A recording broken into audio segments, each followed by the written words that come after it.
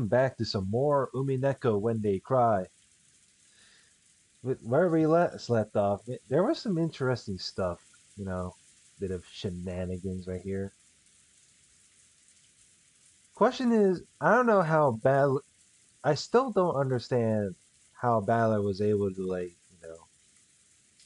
start a debate with Beatrice. I guess this is what happens when he was like, when he has some sort of ability like to pause or whatever.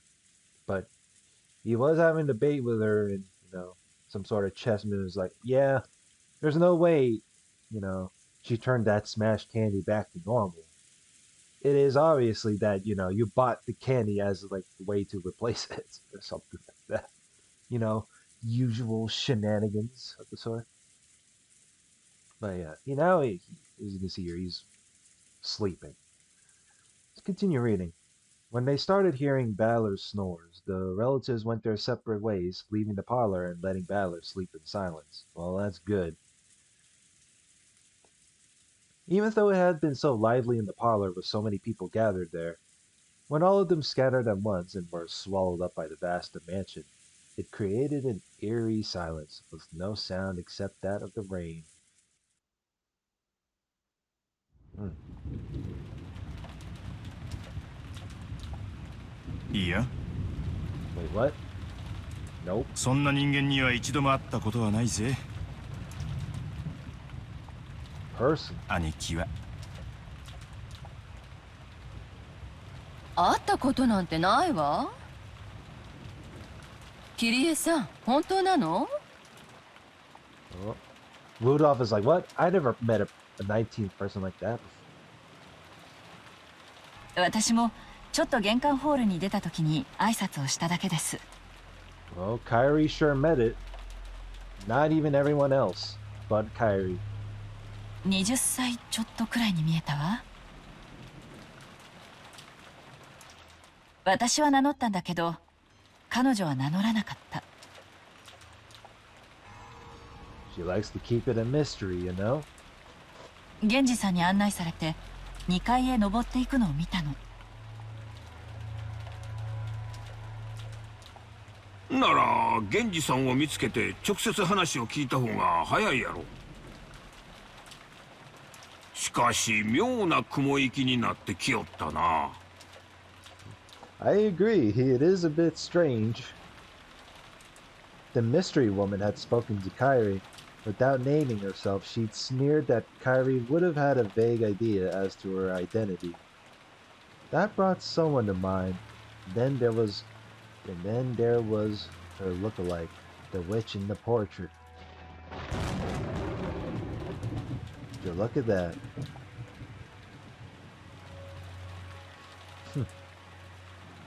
そいつは自分が肖像画の魔女様だとそう言いたいってのかよ。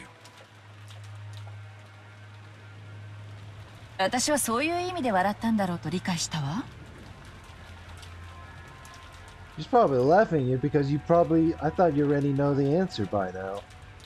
私とは初対面でも、私があなたの5歳だと知っているような口ぶりだった。She knows everything by the book. 姉貴、本当にそんな奴は知らないんだな。くどいわよ。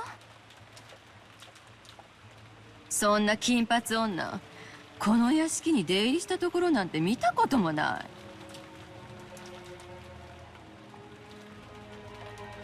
そんなようなことはどうでもええで。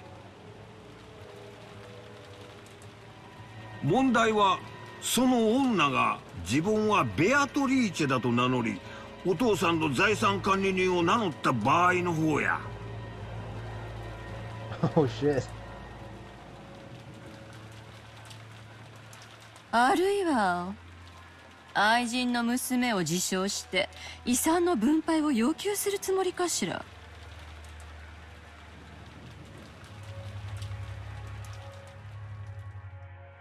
いずれにせよとんでもないジョーカーが紛れ込んだものね。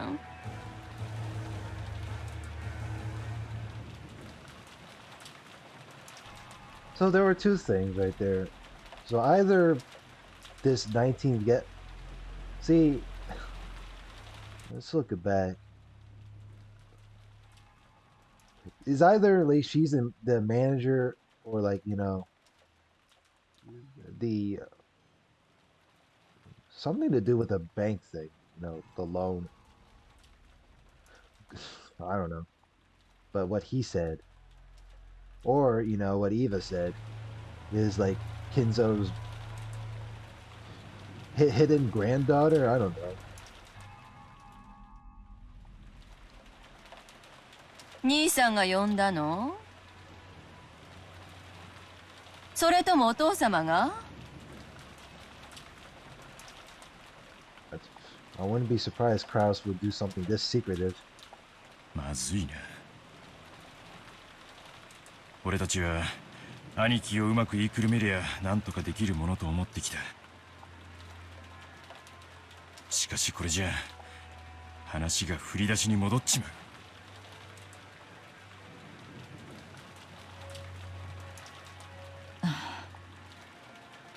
No words. あなたが私の知らないところでどんな策謀を巡らしてたのか知らないけれど、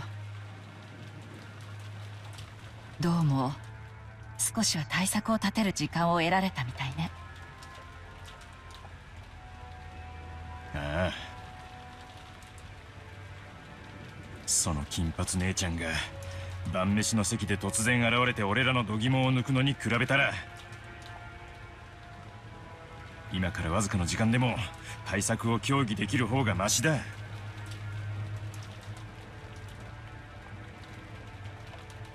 Blonde hair niche. Just to scare you guys? 何しに現れたか分からへん以上、撃てる対策もかけられとるで。向こうの狙いは何なんや。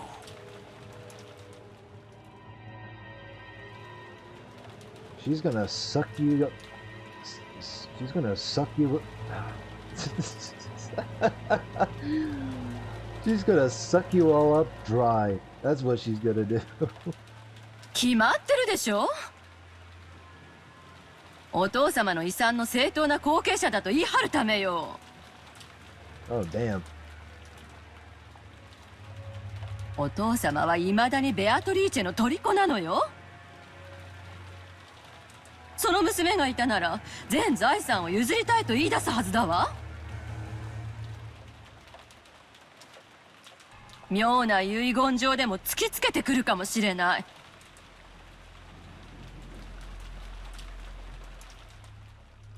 そりゃ裁判沙汰にすれば半分の4分の1は主張できるかもしれないけど。Beatrice sure made a duplicate of her and dress up like she's the Kinzo's granddaughter or some shit. 多分決着するまで遺産分割はできなくなるわよ。それは困る。私もルドルフももちろんローザもね。Rosa? Is Rosa even in the conversation in this room right here? 俺たちはそれぞれの都合で早急にまとまった金がいる。俺たち最大のウィークポイントってわけだ。なら狙いは何だ？キリエ、読めるか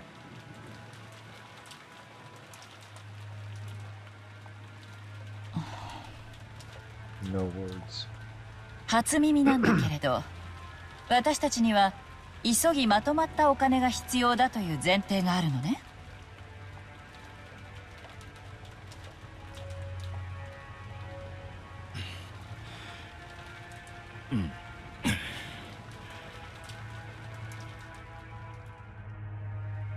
キリエさん、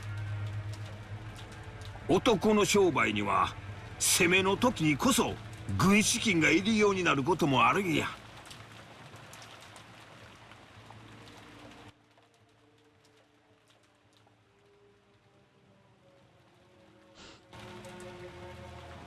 So, well, I feel like Kyrie is like the only one that doesn't really care about it, though.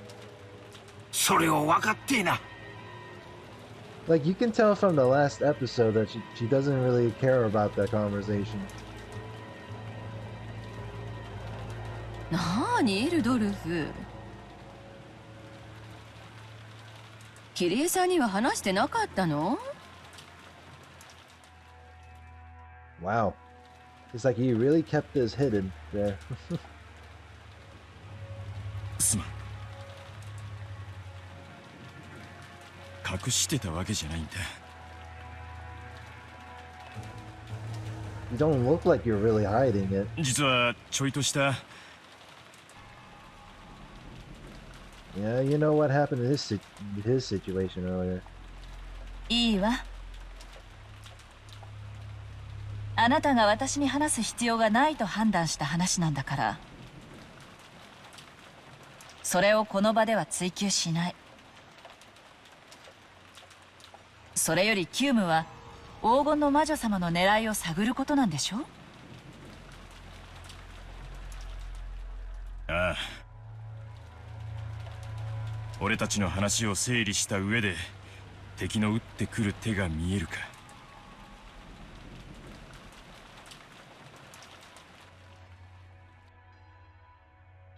Rudolph had a certain measure of trust in Kyrie's unique thinking technique, chessboard thinking. Of course, it didn't give him any more peace of mind than fortune telling. But every time Rudolph was polishing up some important strategy, he'd give a great deal of thought to Kyrie's advice. For a while, Kyrie pressed her finger against her forehead, considering. 今日の今日まで彼女が訪れることが伏せられていた以上。 Man, this track is called The Mind. 彼女は私たちに何らかのサプライズを与える目的があった。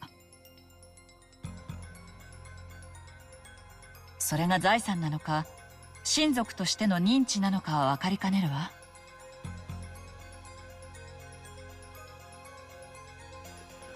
Well, that's just two ways in the theory there. でも今日の今日まで訪れることを伏せていたということは、事前に知らせることで対応を打たれたくなかったと言えるかもしれない。ということは、彼女の目的は対応を打たれると不利になるものらしい。わかる？なるほどな。例えば親父が以前に書かせた遺言状そのものだとか、血縁の認知とそれを証明できるものだとか、そういうものを持ってきたと仮定して、それが揺るぎないもので盤石な証拠だというなら、むしろそれは予告するはずだろうよ。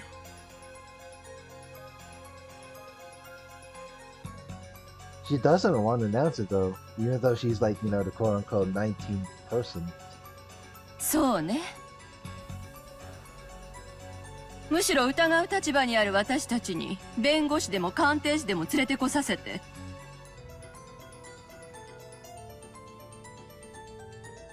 グーの音も出ないくらいに事実を突きつけるべきなのよ。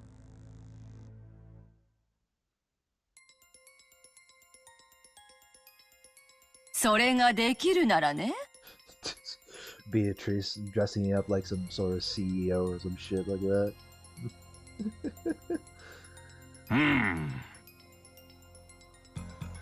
つまり奇襲狙いという時点で敵は真正面からの正攻法では勝てんちゅうことを意味するわけやな。With a frontal assault. 道理や。絶対勝てる切り札は堂々と切るに限るで。回りくどい切り方はむしろ切り札を曇らせるもんや。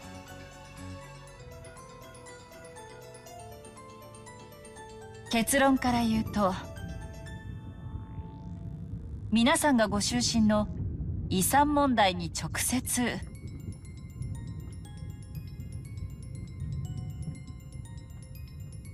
もしくは間接的に絡む相当のサプライズが突きつけられると予想されるわね。おそらく向こうはそのインパクトだけでこちらを圧倒できるつもりでいる。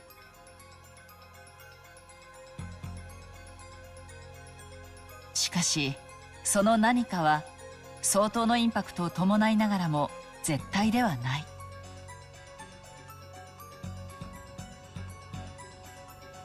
つまりそこがこちらのつけ込む余地というわけね。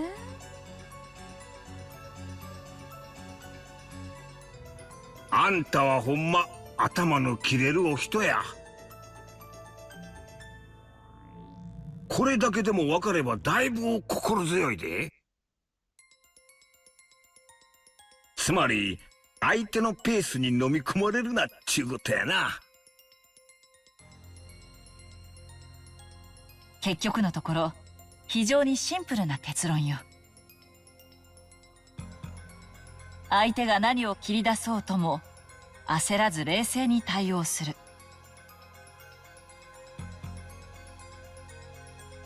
交渉術の初歩の初歩じゃない。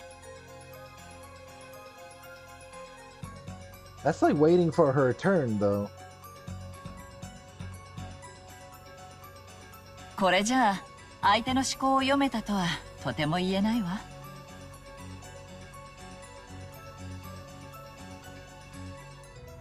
It's not like any of you guys are psychic about it, though. いいや、 Come on. 相変わらずなかなかのもんだぜ。こちらに攻める余地があると分かれば余裕も変わってくるってもんだ。You're gonna get caught off guard, though. Just letting you guys know. わからないのは彼女とクラウス兄さんの関係ね。クラウス兄さんにとってもサプライズなのか、それとも彼女を呼んだのは他でもないクラウス兄さん自身なのか。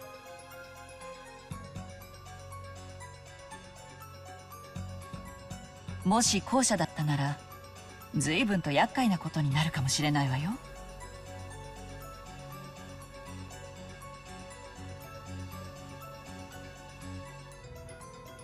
そうね。謎の女を親族会議の当日にこっそり呼びつける。いやらしいセンスがどことなく兄さんっぽい感じもする。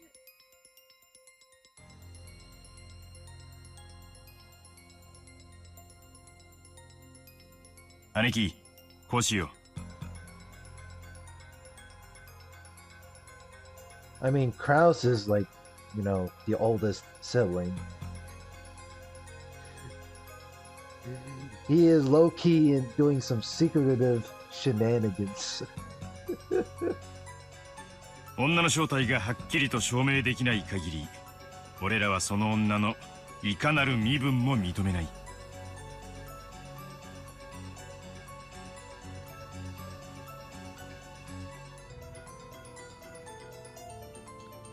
それが最善ね。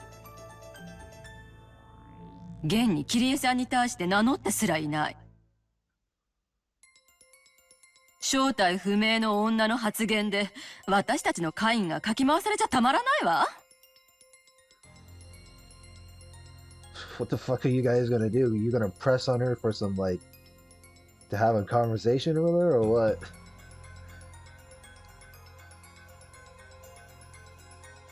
血縁証明でも示してみせるかもしれんで。お父さんの血が流れてることが例えば母子手帳でも示されたらどうにもならん。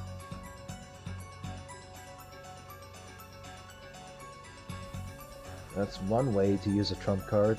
証明物なんかいくらでも偽装を疑える。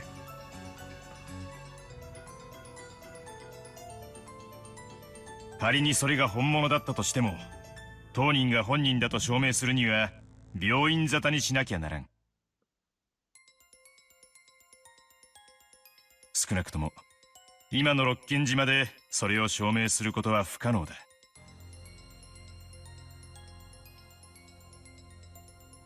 その通りね。Like, damn, Rudolph.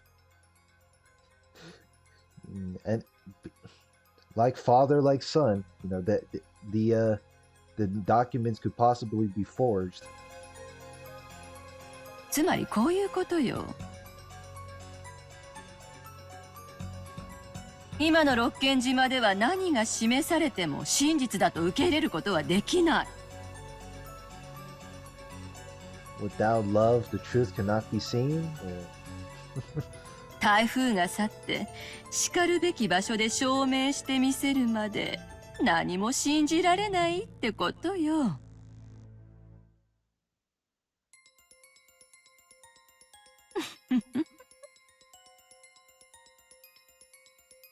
そういうので揚げ足を取りまくるのは姉貴の得意技だな。任せるぜ。バカ言ってんじゃないわよ。Are you kidding me? あんたも協力するのよ。I'm not going to be the only one doing the work. 私たちにはお金がいる。それも急ぎまとまった額が。私たちは運命共同体よ。And a large sum. This motherfucker is money hungry. こんなところでひょっこり現れた謎の女に遺産のあてをぶち壊されてたまるもんですか。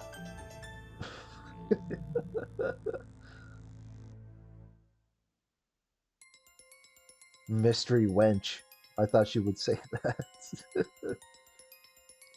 Because judging from the tone, I thought she would say something like that, but I guess not.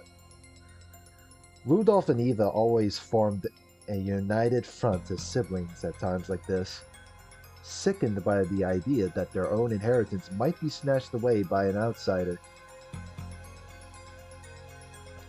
Yeah, she's gonna collect that debt.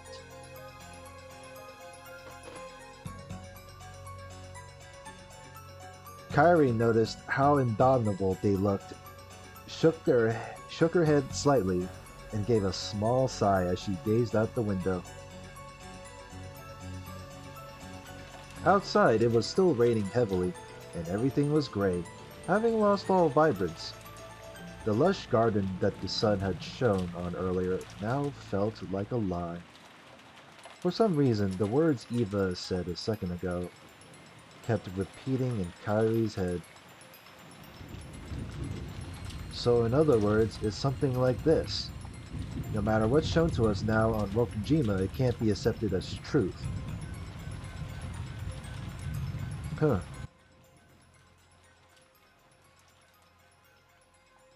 Because it can't be accepted as truth because, you know, not related as in blood? Is that why? There was an odd nuance to those words, whatever you call it. At that moment, the island was closed off by the typhoon and isolated by the typhoon. Yeah, shitty weather. They had access to no public institutions and no hospital. Excuse me. So on this island, no matter what manner of proof related to the outside world was shown, it would always be possible to call it a lie. It would be impossible to prove that something was the truth. Now that they were isolated from the outside, all truths whose proof lay in the outside world would be called the quote-unquote lies. Get it? Outsider? So does that mean that right now in this Rokujima, no truth exists at all? Everything is treated as an illusion, no matter what? Doesn't mean that everything will now be ruled by lies alone. Like what? Propaganda? It almost gives the illusion that we've left the human world of truth and have been shut away inside another world, one of lies. Kyrie remembered that woman's appearance one more time. She remembered both what she had looked like and the witch of the portrait. On this island, which had been which has been cut off from the world of humans and shut away in the world of non-humans. A non-human being has come to visit. Alrighty, a little bit of background noise interruptions. So nothing really special going on. It's other than other than Rudolph, Eva, and Hideyoshi, Kairi, all discussing who that Blondie is. Even though Kairi knows, like, oh, it's supposedly the witch, and a few also made the argument that, well, what if she's like the debt collector? That's what I think. Like, I bet she's some sort of special person that is part of a bank company or some bullshit like that, collecting back the gold loan. This is it's a bit of silly shit, to be honest. Kairi couldn't think of the smile that had appeared on that woman's face as anything other than a portent of misfortune. I get the feeling my chessboard thinking's missed a vital premise, one that'll be necessary to understand that misfortune-bearing smile.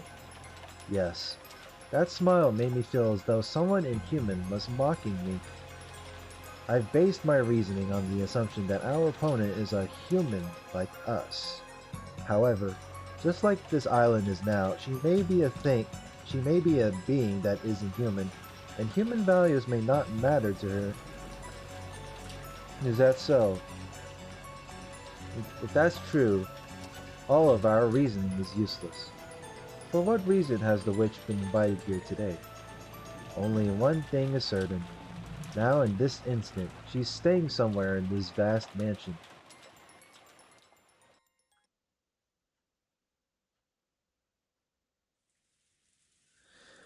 Alright, now what?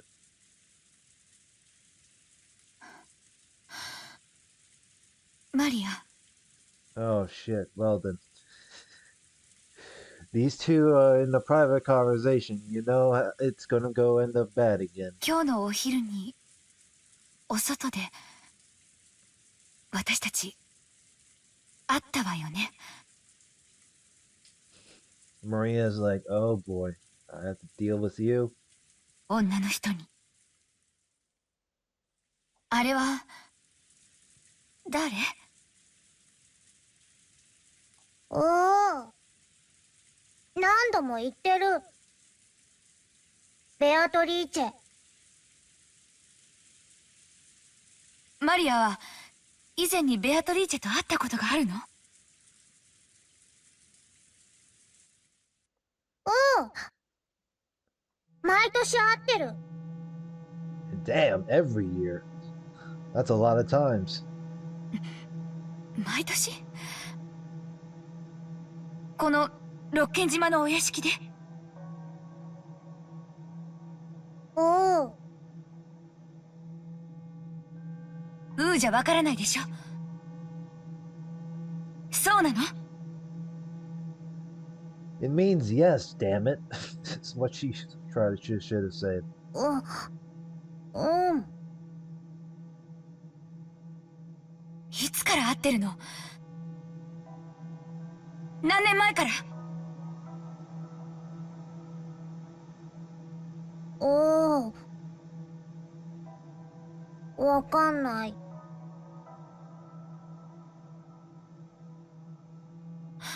わからない？どうして？去年？一昨年？もっと前から。おお。Damn, Rosa pissed. Rosa was astonished. Only the Ushiromiya family mansion existed on this Oh my god. Only the Ushiromiya family mansion existed on this island, so there couldn't have been any humans other than themselves here. And yet, Maria said she'd been meeting with this suspicious woman every year during the family conference. If what Maria said was the truth, then that strange woman called Beatrice had been at the family conference every year. That's insane. It's bizarre. Is Maria saying that eerie woman was at the family conference every year and none of us ever noticed it?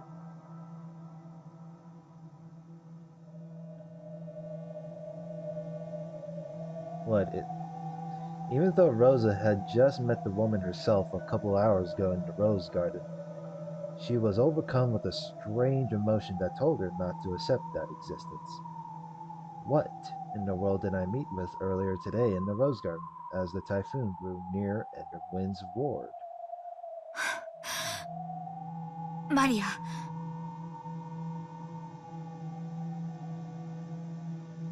Yeah? あなたは毎年彼女と会ってると言ったわね。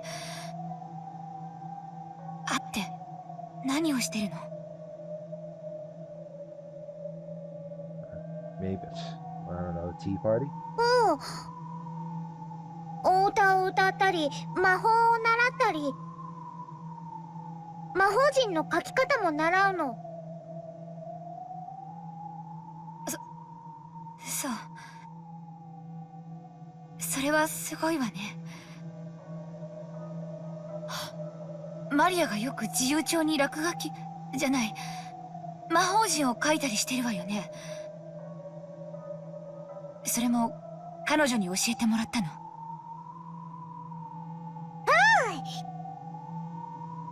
ベアトリーチェにね、お手本書いてもらうの。ほらほ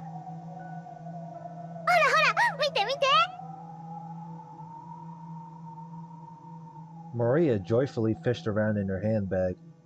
Then she drew out a single notebook and began opening to that page. Most of the pages were covered with drawings that were literally scribbles. All of them were occult-like things, and while it might sound rude to Maria, who was joyfully flipping through the pages, they were all creepy. She is a cultist. ほらこれ、 Oh, man. ベアトリーチェが書いてくれた。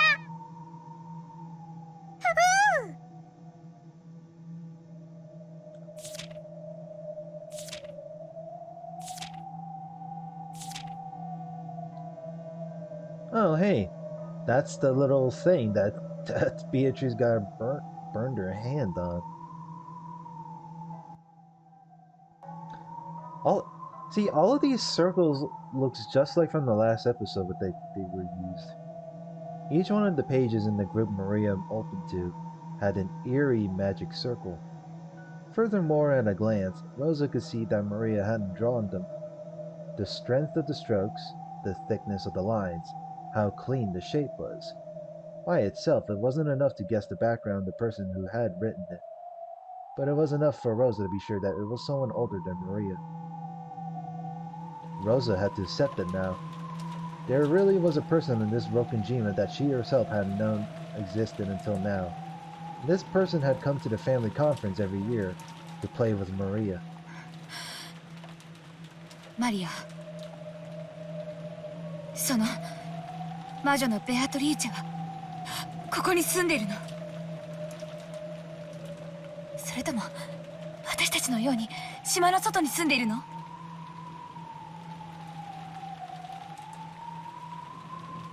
I guess the witch's realm kind of counts as outside of the island, or whatever you can call it. I call it the witch's world. おう。ベアトリーチェはロッケン島の魔女だからこの島に住んでる。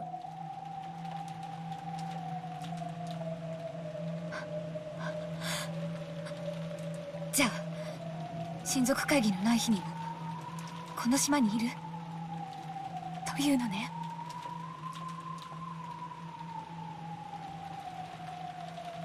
おう。 She on cold sweat. ふうじゃわからないでしょ。どう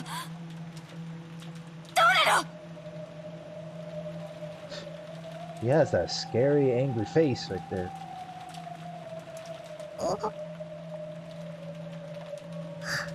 うん。おう。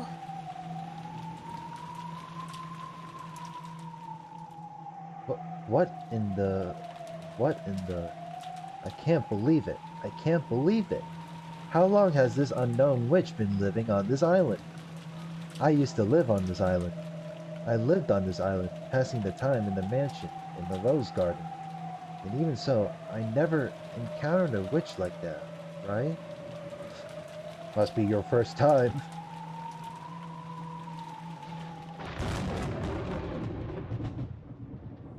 ママ、ママ、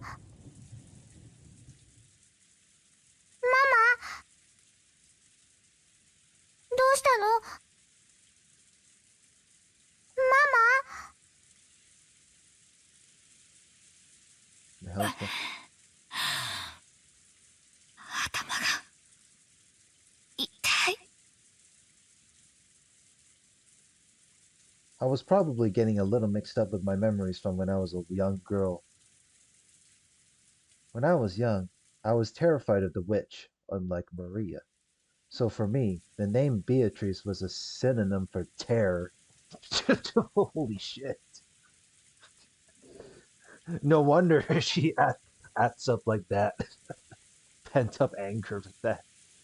She's afraid of witchcraft, of how sketchy it is. Surely my fear from those days has been revived by the appearance of a woman going by that name. She can't be a witch. She's obviously a human calling herself Beatrice, right? That's right. That witch entrusted me with an envelope. What in the world could that be? Rosa pulled out Rosa pulled that western envelope out of her pocket. It was one of the envelopes that bore the Ushiromiya family crest, which Kinzo used for his personal letters, and its red sealing wax had even been sealed by the head's ring, which Kinzo held. Which meant this envelope belonged to the Ushiromiya family head. In other words, it was from father. Why was a woman calling herself Beatrice holding it, and why did she give it to me? That's right. I'm sure she said to read this aloud at dinner. What in the world could be written inside? I don't know. A bit of an epitaph, maybe? A sense of uncertainty gripped Rosa as if opening this envelope might let loose incredible misfortune. However, at the same time, a little curiosity sprouted up too, urging her to find out what was written inside before the other siblings could.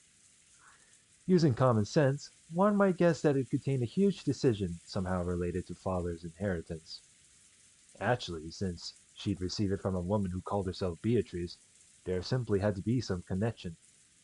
Does it mean this person wants not just the four, but a total of five people to be included in the inheritance? I need a large sum of money, and I can't wait long. I feel like such a sinful daughter for discussing father's inheritance while he's still alive.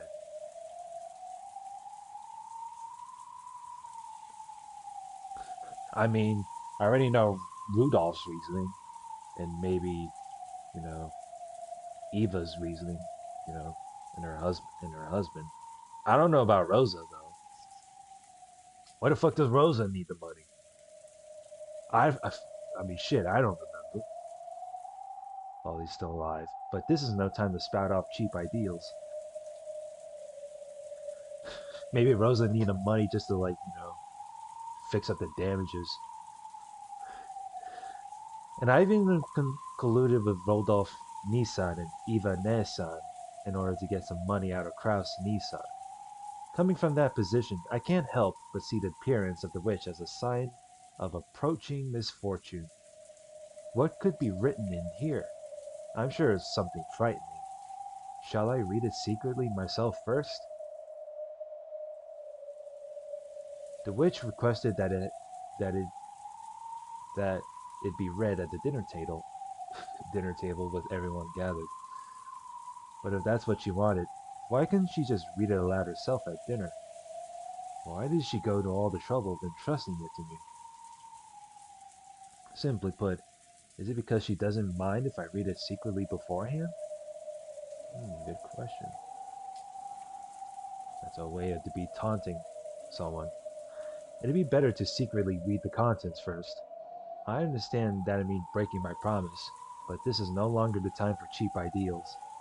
Depending on the contents, I should probably discuss it with Eva Nesan and Rudolf Nisan too. They're always really good thinkers when it comes to this kind of thing. When I gulped and put my hand to the red sealing wax, something suddenly pulled on my sleeve and I let out a small scream. 何？ A little bit crazy moment there. マリアなの？ Yeah, what do you want? 驚かせないで。何？おー。ダメ。You mustn't. え？ And Maria's expression was the same portent of misfortune she'd felt from that witch, and it sent a tingle up her spine. ベアトリーチェはママに、その手紙は晩餐で読みなさいって言った。魔女の約束は破っちゃダメだよ。What? Otherwise, like, you will die or something?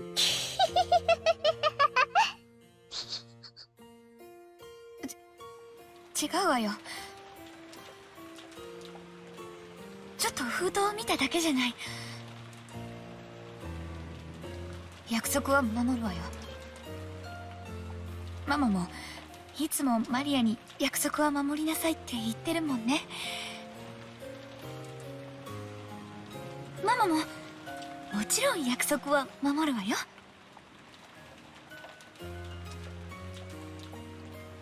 うん。ママはいいか。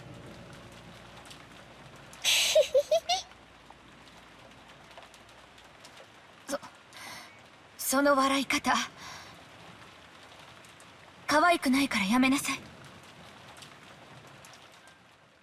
おー。She doesn't like hearing that as well. そういえばマリアも封筒をもらったわよね。中には何て書いてあったの？開けてない。ベアトリーチェは開ける時が来るまで開けちゃダメって言っ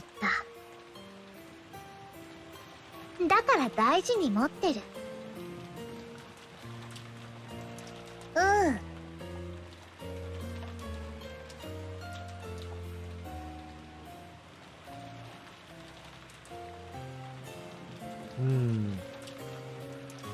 Can't really think of a theory of what was the contents inside the letter that she gave to Maria.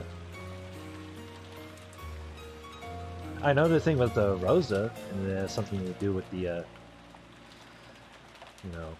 the same thing as last episode where... そう。マリアはベアトリーチェの言うことはちゃんと聞くのね。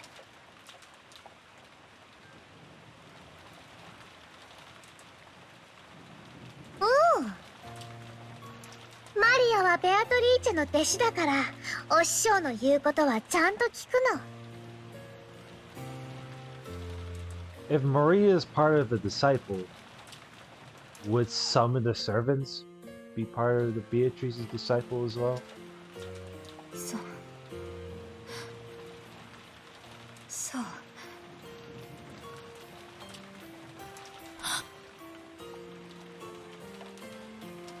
What? Rosa realized something. Mixed in with Maria's gaze was the glint of someone that wasn't her. If Rosa broke the rules and opened the envelope here, Beatrice would definitely learn of it. Because Maria was the witch's disciple. Maria was in contact with that witch. ママは約束を守るわ。だから安心するようベアトリーチェに言ってね。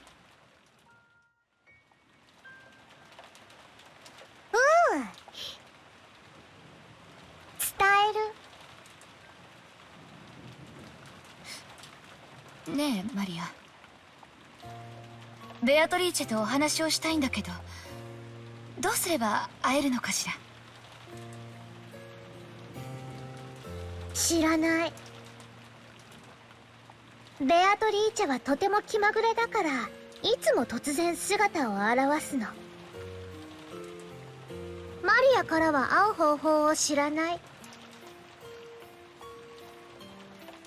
でもね、いつもマリアのことを見てるの。だからマリアが困っていると後できっと助けてくれるの。きっとね、姿を消してマリアの近くに隠れてるんだよ。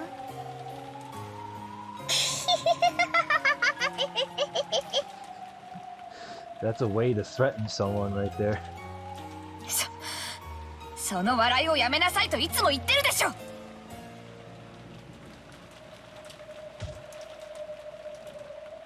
Rosa reflexively hit Maria on the head. That put a stop to Maria's laughing, but it wasn't able to erase the color that had risen to those eyes. A color that seemed to bear a portent of misfortune. Rosa swore. She swore that at least until they left this island, she would not leave Maria alone. She couldn't allow an unknown being to make direct contact with her daughter any longer.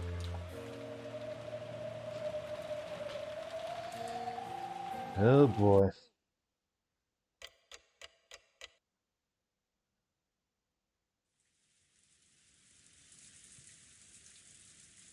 Rosa is trying really Maria, hard. 戻ってこねえな。 Rosa's trying really hard to be a strict mother, I see.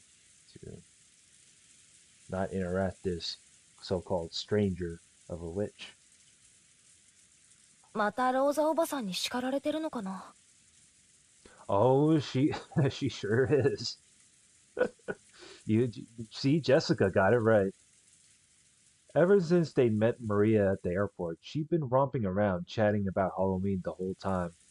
But maybe she cut loose a little too much, acting a little too boisterous on the plane, on the boat, and during lunch, because Rosa had cautioned her several times.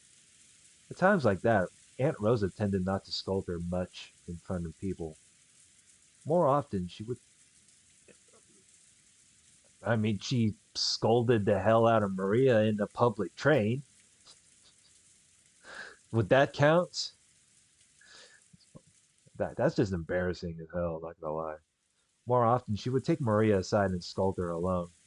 So, since Maria had been called off somewhere, they figured she must be getting scolded. When they looked at the clock, they realized it was almost 6 o'clock. Let me see here.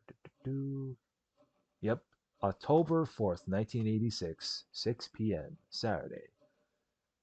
Hey, Saturday's my favorite day. When they looked at the clock, they realized it was almost 6 o'clock. Of course, they couldn't imagine she'd been getting scolded all this time. Maybe it was time for some anime she watched every week to start. Anime?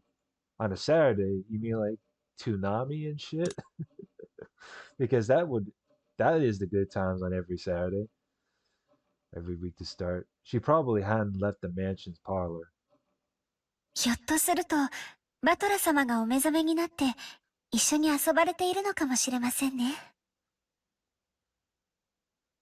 マリアちゃんにとってバトラ君は新しい友達のような感じだったろうからね。そのバトラ君と飛行場でハロウィンごっこをするのがきっととても楽しかったんだよ。バトラもずいぶんはしゃいでたな。あいつ図体はでかくなったってのに中身は昔から全然変わらねえぜ。そうですね。バトラ様は6年前のままでいてくださった気がします。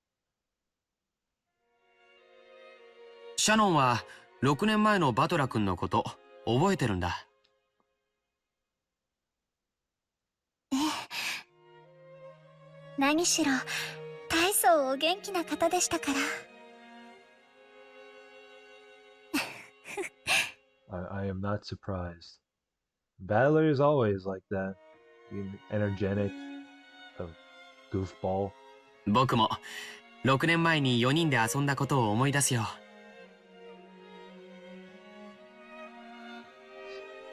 シャノンはだいぶお姉さん風だったね。そうだな。今よりしっかりしてた気がするぜ。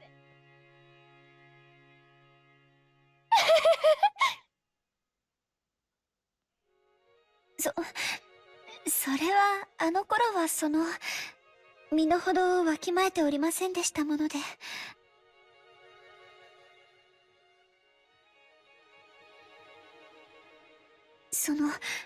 いろいろと失礼いたしました。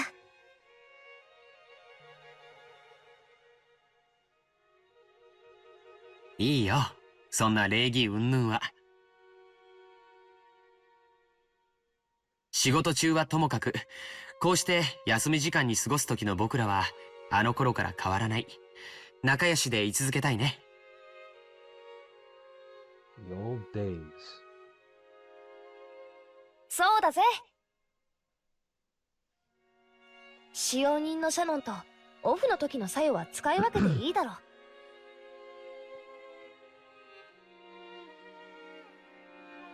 う。奴隷じゃないんだぜ。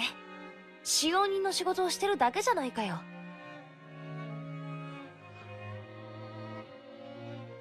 Wouldn't furniture be another word as like a soulless slave? 私はシャノンとは、サヨとは一番古い友人だと思ってるぜ。Kind of like what most of the relatives would have to like, especially with Natsuki though. Jesus. ありがとうございます、お嬢様。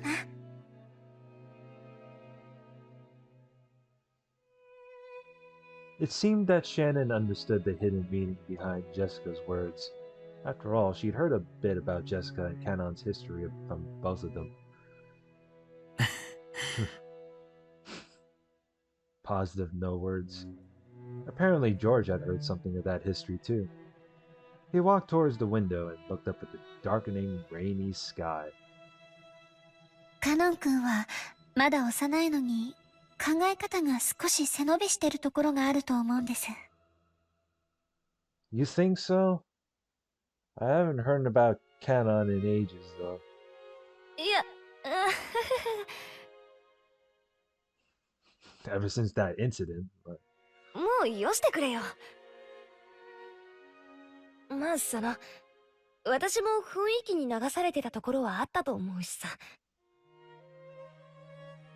まあシャノンたちのことを見てちょっと羨ましいとか思って気がせいていたところもあったかもしれねえな。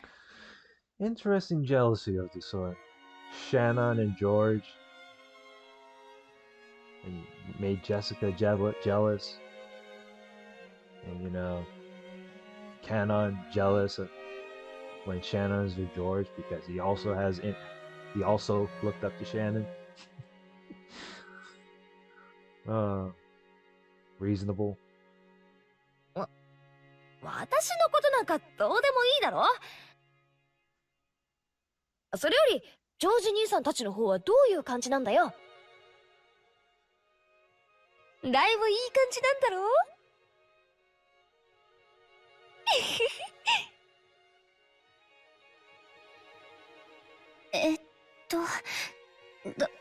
どうなんでしょう。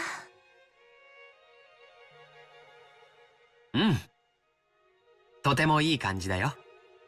Yes, it's going very well. Shannon was lost for words, her face red, while George answered brightly and immediately. That carefree attitude made it easy to see that their relationship was proceeding so perfectly. It didn't make anyone envious. Oh, no shit. 開けるぜ。 Don't, no shit. You're always like, you always say that. ってことはシャノンもそのうち寿退社ってわけなんだ。Retirement party. どうなんでしょう。私にはどうなんだろうね。僕にもわからないね。George laughed teasingly as though pressing Shannon for an answer. It was probably the way they usually flirted when they were alone. Jessica could only smile bitterly and say, yes, yes, thank you, that's enough. Oh, 僕に boy. は夢がある。それは一国一城の主になりたいというビジネス的な野望だけじゃない。生涯を共にできる伴侶と幸せな家族を築きたいという夢もある。子供は最低でも2人欲しいとか、 I'm gonna be a hell of a busy man, though. 家族で一緒にできるスポーツをしたいねとか、他にもいろいろ。You're just jumping in so sudden now. Holy moly, George. そんな話をよくシャノンとはするよ。こんなことを話すといつもシャノンには気が早いですねと笑われるんだけど、僕はこの年のうちからもうなぜか落ち着いた老後のことを考えてしまうんだよ。元気に成長した子供たちと駆け回る孫たちと、そういうものに囲まれていつまでもシャノンと二人ゆっくりと余生を送れたらなって。 Oh, you're dreaming a little bit too much there, to be quite honest, but no. Don't want to break everyone's mood, so. そりゃ確かに気の早い話だぜ。 No, I thought I was thinking the same thing. でもなんていうのか、ジョージ兄さんらしい話だな。そんな家族に囲まれたらさぞ素敵でしょうね。私が思い描いていた理想の家族もそんな感じだったと思います。I'm sure it'll happen by the end of this series. The Golden Land, happily ever after. I don't know. To Shannon, who'd been raised in an orphanage, that harmonious image of a family was probably something to be yearned for. And George, who had made an absolute promise to grant that wish for her, may truly have been a fitting person for her to spend her life with. To Jessica, Shannon was a precious friend. George was surely the one most fit to entrust that friend's future to. まあ水を差すわけじゃねえけど、秀吉おじさんはともかくエヴァおばさんとかどうなわけ？説得は大変じゃないの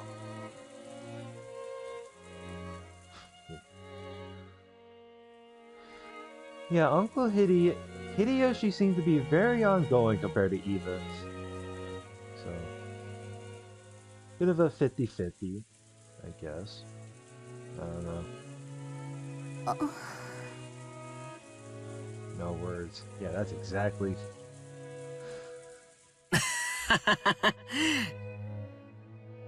そんなことは誰も気にする必要はないよ。 Why do you say that? Why? You're always the optimistic type, my dude. 僕が誰を伴侶に選ぶかは誰にもはばかられない。 Yeah, because you're an adult. シャノンは僕が幸せにする。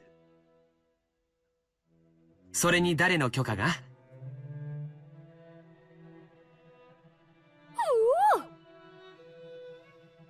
Whoa. ジョージ兄さんかっこいいぜ。よくそんな恥ずかしいセリフを堂々と。昔の兄さんはそういうキャラじゃなかったと思ったんだけどな。The way George says it sounds just like in one of those romance novels or movies, whichever you can prefer. 男子、3日合わざれば、刮目して待つべし、さ。僕だって成長する。シャノンを幸せにするために、僕はもっともっと勉強して、ふさわしい男に成長するつもりだよ。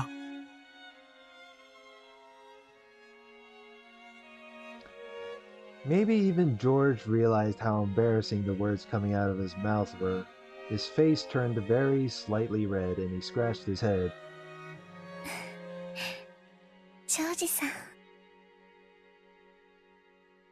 大丈夫。母さんは確かにごねるかもしれないけど、僕に任せておけばいい。Now, how are you going to go against Eva at a time like this? 親族全員に、君が僕の伴侶だと認めさせてみせる。すっげえな。シャノンが羨ましいぜ、まったく。そこまで言ってもらえて、恐縮です。っていうかよ、私はお邪魔虫なんじゃないかって気がしてきたぜ。席を外した方がいいか？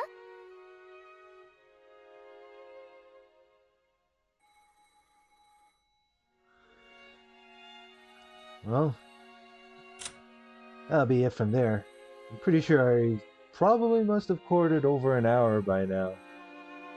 Unless I can check from the previous video that I paused around. Let's see. Yep, definitely over an hour. So, this is a good time to save around here. Alright. Let's see what the phone ring is for. Save me in for the next part. Like, comment, and subscribe. I'll see you guys later. Have a good one.